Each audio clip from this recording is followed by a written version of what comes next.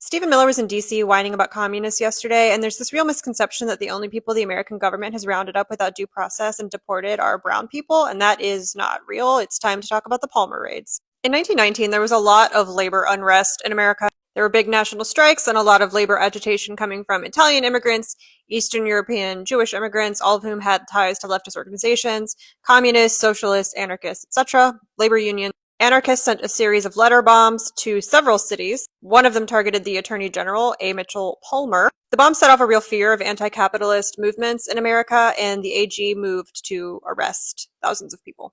The raids occurred in November of 1919 and January of 1920 and began by targeting the Union of Russian Workers. The raids were very violent. People were beaten, arrested, and held without warrants. American citizens were swept up. Does this sound familiar? About 10,000 people were arrested in November and January and held in detention facilities that were completely unsanitary. J. Edgar Hoover later called them brutal.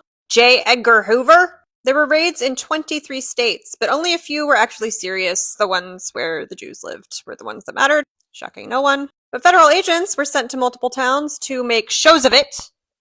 Anyway, performances of strength. Sound familiar?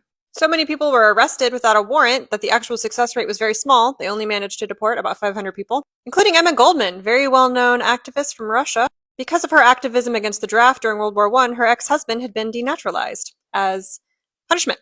When she was being deported, Emma Goldman wrote Deportation, Its Meaning and Menace, in which she warned that if we allowed the government to deport people for free speech, eventually it would apply to citizens. We don't ever listen to women when they talk. The Palmer raids had so many civil rights violations that it birthed the ACLU. Go give them some money.